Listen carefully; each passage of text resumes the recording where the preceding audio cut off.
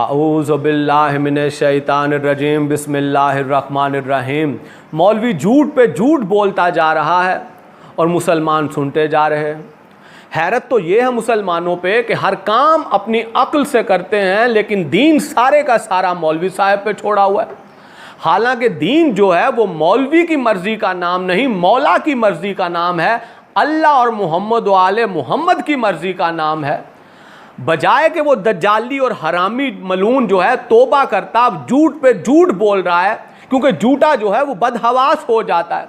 अब वो कहने लग गया कि वो हुक्मरान जिसने जनाब सैयदा का हक छीना था वो माज़ल्लाह रहनुमाई कर रहा था जनाब सैयदा की। अल्लाह तेरी शक्ल पे लानत करे, उसकी मजाल और औकात ही क्या है कि आले नबी की जनाब सैयदा की रहनुमाई करे।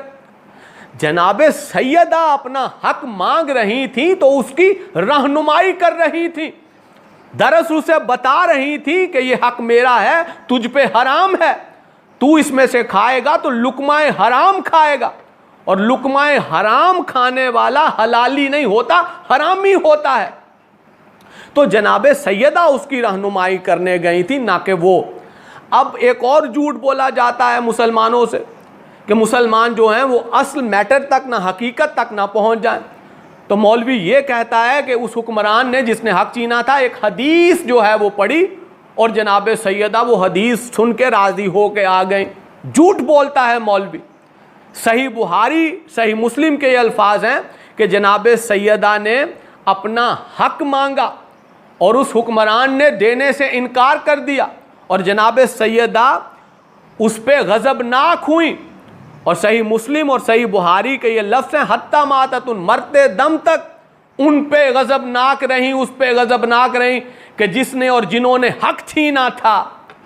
तो ये नहीं बताएगा मौलवी, क्यों? रसूल खुदा की हदीस है, जिसने भी मेरी बेटी जनाब सैयदा को गज़बनाक किया उसने मुझ मोहम्मद को गज़बनाक किया, और जिसने मुझ मोहम्मद को गज़बनाक किया उसने अल्लाह को गज़बनाक किया।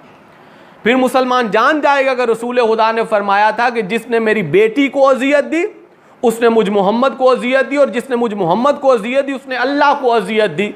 अब मौलवी ये छुपा रहा है कि जनाब सैयदा खामोश होकर राज़ी होकर आ गई। नहीं, आपसे आपकी किताबें छुपाई जा रही हैं, और आप जो हैं वो अंधाधुंध उस मौलवी पे यकीन कर रहे हैं कि जो आले नबी की दुश्मनी में मर चुका है, गर्क हो चुका है, हक तक आपको पहुंचना ही नहीं दे रहा।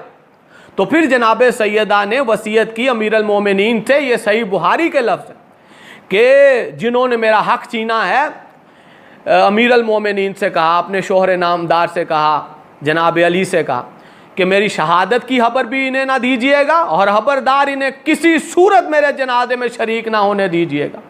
तो जनाब अमीरुल मोमिनीन ने ऐसा ही किया, ना शहादत की खबर दी, ना जनाजे में शरीक होने दिया। अब ये सारे झूठ खुल गए कि जी उसने जनाजा पढ़ा दिया था और वो भी आ गया था, वो भी आ गया था। झूठ बोलते हैं मौलवी।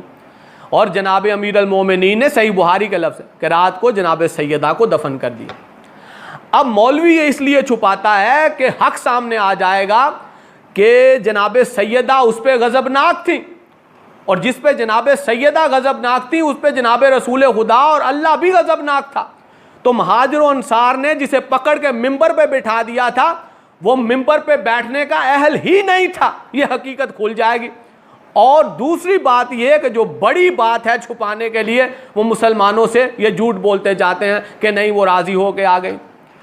अब ये है कि जिस पे जनाब सैयदा गज़बनाक हुई, जिसने जनाब सैयदा को अजियत दी, उसने जनाब रसूल खुदा को गज़बनाक किया और जनाब रसूल खुदा को अजियत दी, और जिसने जनाब रसूल खुदा को अजियत दी, गज़बनाक किया, उसने अल्लाह को अजियत दी और अल्लाह को गज़बनाक किया।